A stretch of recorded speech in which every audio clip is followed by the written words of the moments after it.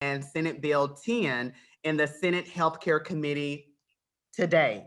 Various times, the Senate Healthcare will convene at 12 noon, and our House Judiciary Committee will convene for public hearings and testimonies at 2:30 p.m. in both Central Standard Time. These two companion bills, if passed, would deny transgender youth access to best practices, evidence-based, medical necessary care that is needed for our trans youth here in Alabama. The reason for this virtual testimony call is twofold. The Alabama House Judiciary Committee is refusing to allow more than 5 testimonies in support of and opposition to the bill in the House. It's very limited, so we want to make sure our voices are heard. We would be willing to give them the benefit of the doubt, of course, because we understand that we still are living in a pandemic. The name is called COVID, and the precautions to limit attendance, but accept that the committee is not even accepting any written testimonies to be submitted. So while they know full well that we are opposing this bill, there is many of voices that are strong and vocal about this bill, and just having 5 or the accommodation to not have visual public virtual testimonies is important. Since the House Judiciary Committee is denying transgender voice an opportunity to be fully heard in opposition to a bill that would stripe them to basic and fundamental rights and protection in the state of Alabama, it is critical that transgender Alabamians get an opportunity to speak. This is their opportunity to do so. And this is your opportunity in the media and the public and the legislator to hear their voices, reflect on their stories, see them, recognize them. They are visible. The voices you'll hear today are not only ones in opposition to this discriminatory legislation. Alabamians and voters across this country support transgender equality and oppose medical care ban bills like this one we're facing today in Alabama. In a poll conducted across 10 swinging states last year by the Human Rights Campaign in partnership with the Heart Research Group, at least 60% of Trump voters across each of the 10 swinging states say that transgender people should be able to live freely and openly. At least 87% of respondents across each of the 10 swinging states say transgender people should have equal access to medical care. With many states breaking 90% support, meaning there is strong bipartisan support for equal access to medical care, a principle that today's bill will violate if they become law. So why, you may ask, are these bills being introduced if the public is strongly in favor of transgender equality? These bills come from the same forces that drove previous anti-equality fights by pushing copyright bills across state houses, hateful anti-LGBTQ organizations like the Heritage Foundation, Alliance Defending Freedom, designated by the Southern Poverty Law Center as a hate group, and Eagle Forum, among others. It is the reason that anti-transgender legislation is being heard not just here in Alabama, but on committees in state legislators across the country this week. 8 states hearing 9 anti-transgender bills this week alone. It is an organized national effort, not the will of Alabamians, and legislators should understand that today. They should also know that other states that consider anti-transgender legislation have stared down devastating economic and legal harm as a result of the loss of business and lawsuits their states inquire. The Associated Press project that North Carolina bathroom bill could have cost the state $3.76 billion over 10 years. During a fight over an anti-transgender bathroom bill in 2017, the Texas Association of Business estimated $8.5 billion in economic losses risking 185,000 jobs in the process due to National Collegiate Athletic Association, known as the NCAA, and professional sporting events cancellations. A ban on taxpayers' fund traveled to those states, canceling of a moving production and businesses moving projection out of the state. Lastly, it is important, it's essential, it is vital to recognize that anxiety, depression, dysphoria, and suicide rates increase among transgender youth when they are denied access to gender-affirming medical care. We need to focus on that. We need to recognize that. These are life. These are our human children. Denying them the chance to be who they are isn't just wrong. It's actively putting these kids in danger. The disinformation peddled by the proponents of this bill is dangerous for the health, safety, and the very lives of transgender youth and adults alike. And that is not an overstatement, my friends. It's not. It's happening across Alabama. Disinformation about and legislation against the transgender community contributes to the epidemic of fatal violence against transgender people that reached a fever pitch last year with a record of 44 transgender people killed in 2020 that was actively reported, partially devastating among transgender women of color like myself. This hits home.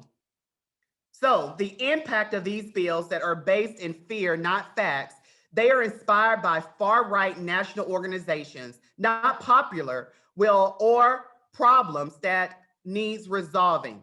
There is no problem. This is not a popular conversation in Alabama. In fact, they are widely unpopular, and if the medical ban become law, it would have devastation impact on our transgender Alabamas.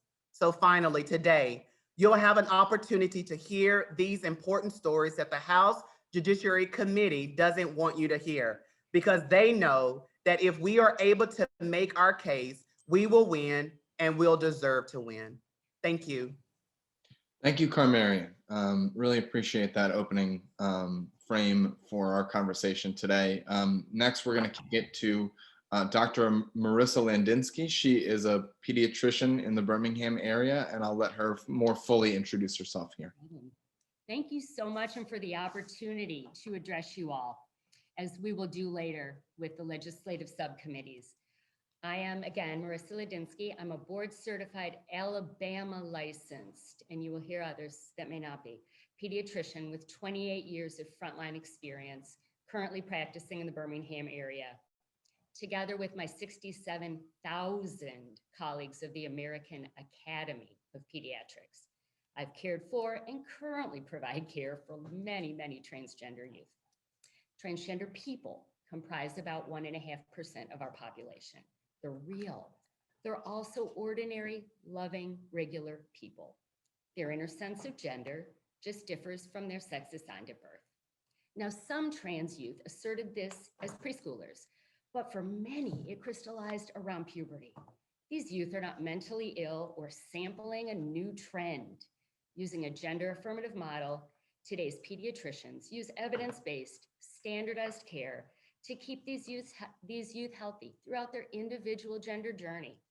Now, for medical fact, genital surgery and the removal of healthy organs is never performed on gender diverse children. That would constitute malpractice. Puberty blocking medications are 100% reversible and life-saving for some tweens.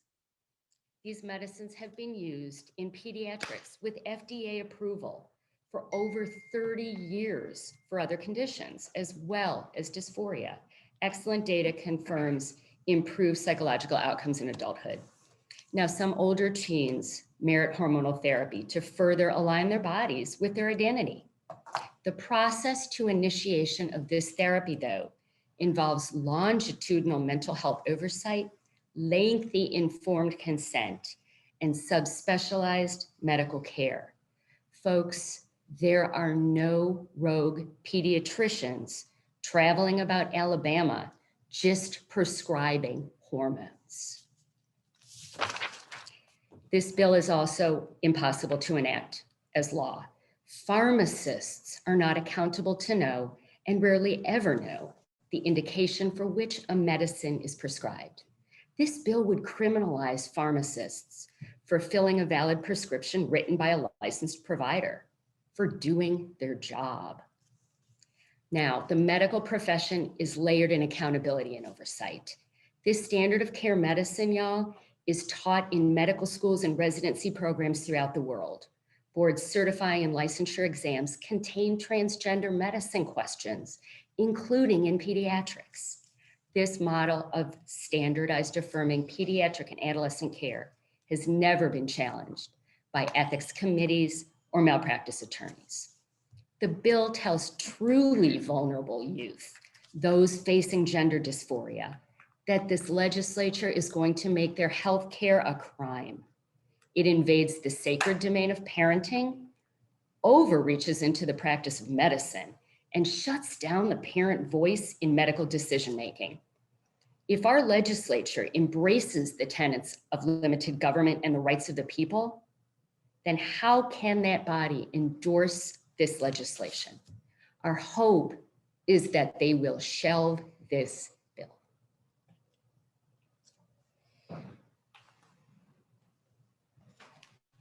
Thank you, Dr. Landinsky. Next, we're going to be hearing from Jerry Page Smith, who is the mother of a transgender Alabamian who will be joining us immediately after she speaks. So, Jerry, take it away. My name's Jerry Smith, and my pronouns are she, her, and hers. I live in Trussville, Alabama, and I have a transgender son. My son came to me with this truth after he just turned 13, and he explained with amazing clarity and confidence all the ways that he knew he was trans, and he communicated the gravity of gender dysphoria he was experiencing with me. Now, as a parent who loves and listens to and learns from all of her children, I fully accept this truth for my child, and I reassured him that I was entirely supportive of whatever he needed to become the best, healthiest, whole person he was destined to be. I believed that having loving parents fully in his corner would be all the vehicle he needed. And I was so wrong. My son began to lose weight, slowly at first, but then dramatically. He wore baggy clothes and jackets to mask his shape, and by the time we sought medical care and actually saw him unclothed, the real horror of gender dysphoria was revealed. He had been secretly starving himself in hopes of staving off breast development and the rounding that would put the lie to who he was. A pediatric cardiologist at Children's of Alabama later confirmed that my child was only weeks away from permanent heart damage if the weight loss continued. I realized then that all the social support in the world, all the parental love, all the allyship that I had to offer was not going to save my son's life. And I thank God every day that informed counseling and world-class medical resources for transgender youth are available to us here in Alabama. Highly trained and accredited medical teams helped us craft a safe and measured path for my son to find his way back to the best physical and emotional health. And while micro amounts of testosterone haven't wrought any dramatic transformation in my son, this small chemical shift slowed his unwelcome physical characteristics and gave him the emotional and professional reassurance that he was safely on the healthy path to becoming his true self. My son is 17 now. He's a stellar student at one of America's most prestigious high schools. He's won national awards for his art, and he's a top scholarship recruit for colleges nationwide. My son is happy, he's healthy, he's thriving. Importantly, he's alive. I need the Judiciary Committee to hear this, that this is just our story, but it's a familiar one in this small community of amazing people. I'm here today to say with every confidence that these bills, this proposed legislation to block safe and effective health care for transitioning youth, these won't save even one life. Not one. I can assure you the reverse is true. Denying medical and social support resources for this vulnerable minority, it will cost lives. We're asking them to please let these proposals die before our children die instead.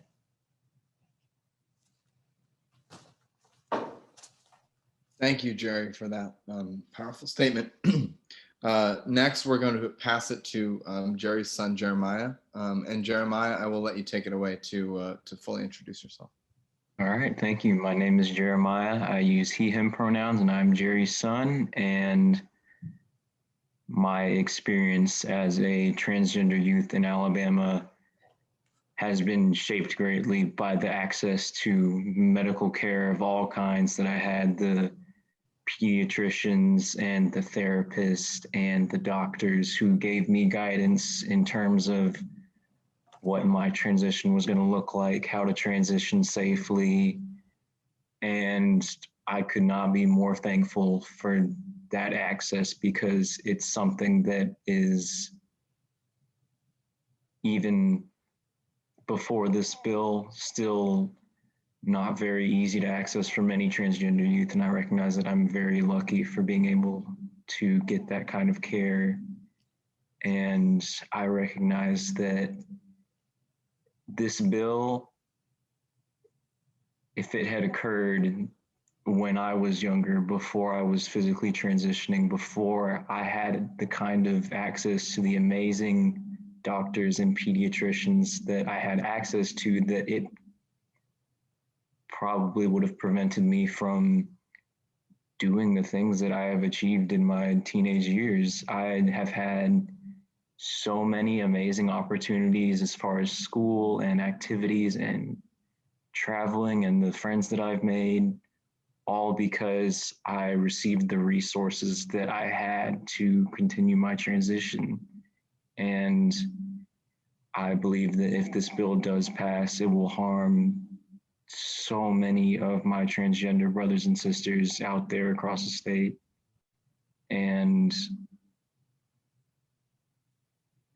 as someone who knows what it's like to exist in a body that doesn't really feel like it belongs to you, that feeling, having to continue for so many kids just because they don't have access to the resources they need, is a terrible, terrible thought.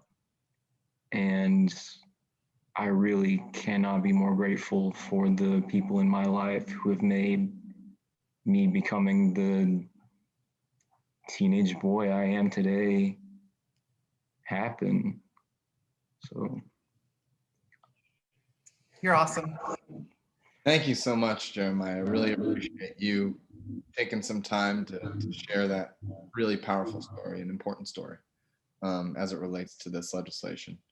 With that, I will open it up for anybody who would like to ask questions. The way that we will do it, let me know in the chat if you'd like to ask a question, and I can call upon you to ask it verbally to whomever you would like to direct it to, whether it's our pediatrician expert or Jerry or Jeremiah or Carmarian, who's running our program in Alabama. So please, I'll give everyone a minute to gather their thoughts and share any questions that they might have in the chat, and I can call on you and get those answered.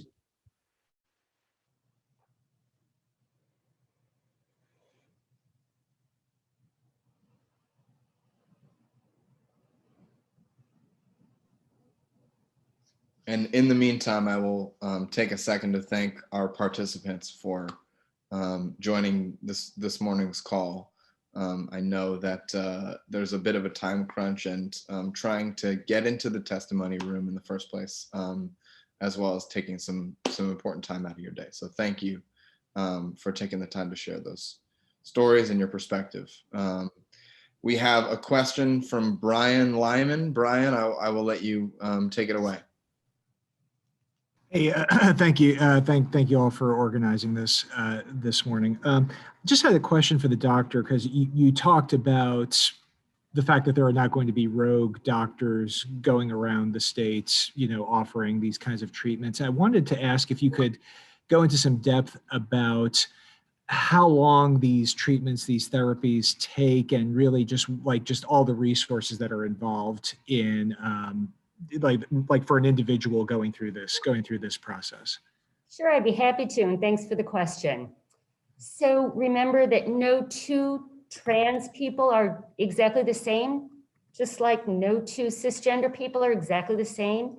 So each patient and family's journey is their own. Here is sort of the rough overview, building blocks. So prior to puberty, gender diverse youth who are asserting a gender identity that's different than what they were assigned at birth. That does not involve any medication and certainly no surgery. So those gender diverse young kids may simply be talking with pediatricians saying, the parents, what are we looking at? And there are some children who adamantly assert at every turn that they are not the sex assigned at birth. I am a boy, I was just assigned girl at birth. Some of those children will undergo what's called a social transition with robust support to present, express, and use their identity in school. That is, of course, 100% reversible. As puberty closes in, some gender diverse tweens, can really act up, act out, act in not happy ways. For those youth, when or if puberty blocking medication is used, what it does is it just freeze frames the body so it continues to grow, just not at a pubertal rate. That involves pediatric endocrinology subspecialty care, And endocrinologists are very, very skilled in the use of these medicines. They've been around for ages. Youth who progress on into the the mid and later teens. Puberty is a real deciding block, and people know who they are when their body is either changing or faced with impending change. So for that small group of youth for whom hormonal therapy is indicated, as I said, there is longitudinal mental health input. There is layered consent that goes on with all adults who have legal medical decision-making authority. And it is done in the context of a subspecialty team of physicians, pediatric adolescent medicine, endocrinology, and behavioral health, as well as pastoral care and others. So it's very much of a team sport. It happens over time. And that's what I mean. I think there's a misperception that a youth can say, hey, I want to be transferred day, let's go. I want estrogen. It doesn't work like that.